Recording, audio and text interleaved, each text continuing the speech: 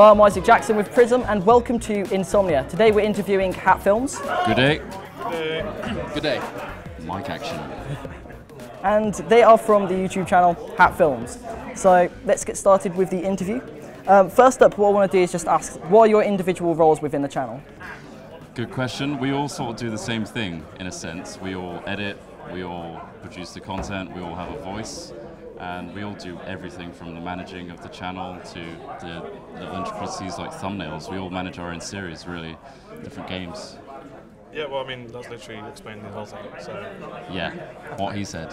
We take like a granular approach, like Trot said, like we each have our own series, so that way you can more efficiently manage your workflow. So you'll have, you know, assets within a project, and if you're consistently working with the same assets every day, you become more and more efficient than say just, do you want to do this one today and I'll do this one today? So yeah, makes sense. Yeah. So what was it that first got you into producing content for YouTube? It was at uni, really. Me and Ross were both at uni doing television film production. Smith was working at the time, he'd already finished uni. And in our final year, we started to do Minecraft content. And on the side, we were actually doing short films outside of our uni course. Yeah. And we decided they weren't really appropriate for the uni course, but we thought we'd do something funny anyway. We put it on YouTube under H880 Films, this is our YouTube channel, which still is, by the way. And it did really well because Smith sort of promoted it on Gorilla Mask and places like that, and it went a bit viral. We were like, this is pretty cool. We could go somewhere with this. So we started doing more stuff, and eventually Minecraft took over and we started doing Let's Play content, and yeah, went from there. So how did you guys first discover Minecraft? Well, we first discovered it from people like CNanners. Literally, YouTube was pretty much the place where we found it as well.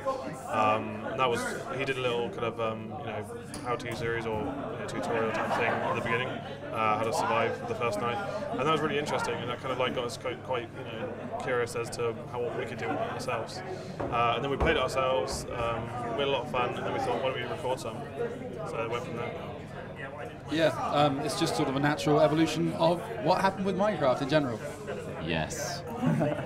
Okay, so next question is, you've been on YouTube for quite a while now, a couple of years. 2 years, I think, yeah. What's so far has been your favourite part of doing YouTube? It's just continual excitement, really. It's ongoing and growing. Yeah. So the stuff that's coming up soon with the Yogscast is extremely exciting for us. So I think the best is yet to happen, to be honest. So, do you agree? Yeah, absolutely. I mean, the best thing about it is it's unpredictable. So you know, you get this a new sort of burst of new things. Like, you know, once a month we'll get something completely out of the blue, and it'll just be sort of, oh wow, yeah, this is going to be great. Like, oh wow, we're going here now, or like, say for example, we're coming here, and that sort of that already digital fame that we've had, where you know you get like tens of thousands of views on a video, and you come here and see, you know, 600 people lined up all the way back out to the car park. It becomes a tangible thing. So something like this is really exciting. I mean, the general excitement of like making a YouTube video and seeing how it progresses and seeing how many people like it, and kind of it compliments you on the work that you've done, and it inspires you to do more. So it's kind of a continual thing. So every time we release a video, we're like, oh wow, that's done really well. Let's do another one. Let's see what that does. And it's kind of an excitement every day. So I mean, that's what's fun about it, really. Yes. So in running your channel, you must use a lot of different types of technology to do that. What would you say is the most important piece of technology that you use? Well, aside from the actual computer itself, probably the editing. So it doesn't matter what software package you use, but we use Premiere now because we have beastly PCs. We used to use Final Cut on a Mac, which is awesome, by the way, but we felt it was getting sluggish with our work process of converting and coding and moving footage from a PC to our Mac. We just thought, do it all on the PC. So yeah, Premiere, I think, our editing package is the most important, definitely. Yeah, no, I'd agree. I say the same. And then obviously we do use other stuff, but that's probably the primary thing we all use every day.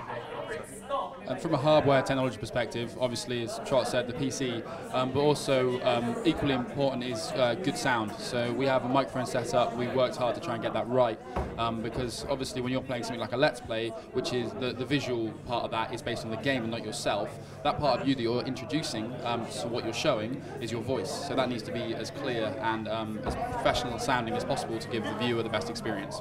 And now, no matter how good the visual quality, if the sound quality is bad, the whole thing's bad. So you have to get the sound quality great. So yeah, it's equally important. Okay, we're going to move on to talking about games now. So we know you play Minecraft, a lot of Minecraft. For 2 years, yeah. What would you say, apart from Minecraft, is like your most favourite game to do content for? Trials has been awesome.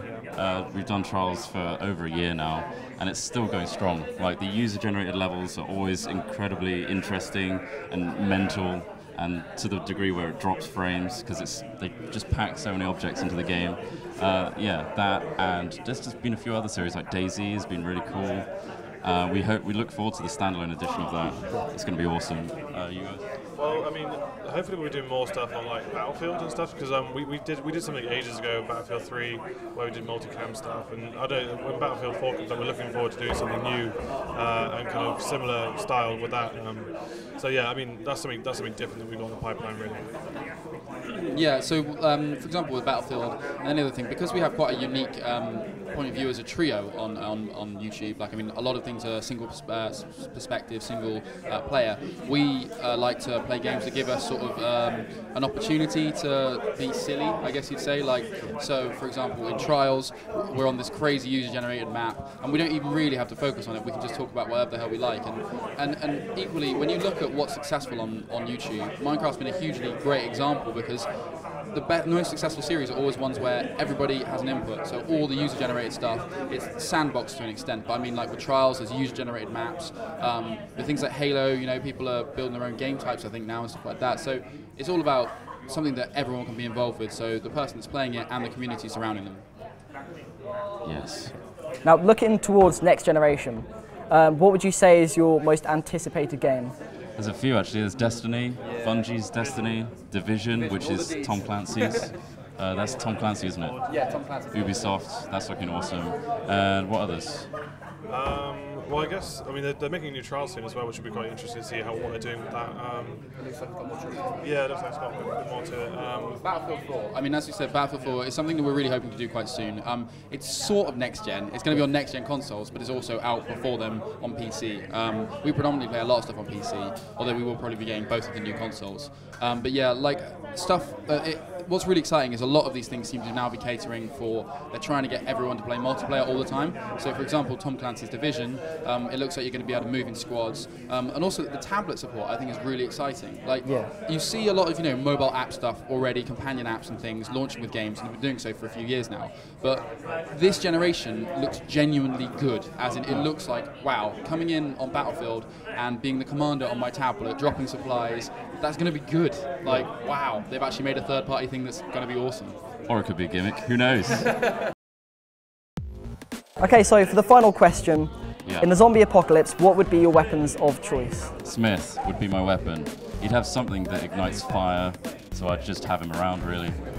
A baseball bat with nails in it. Simple. And yeah, I think, like these guys are saying, melee weapons are where it's at, because you don't have to reload a melee weapon. I think we're pretty formidable, mate, so you should probably hang around with us in the zombie apocalypse. Make sure to look you up for it. Yeah.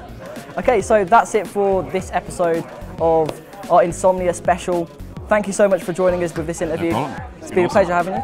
Thanks, mate. And yeah, you can catch more Insomnia content over on our channel at YouTube. Subscribe. Thank you. Good day. Good day.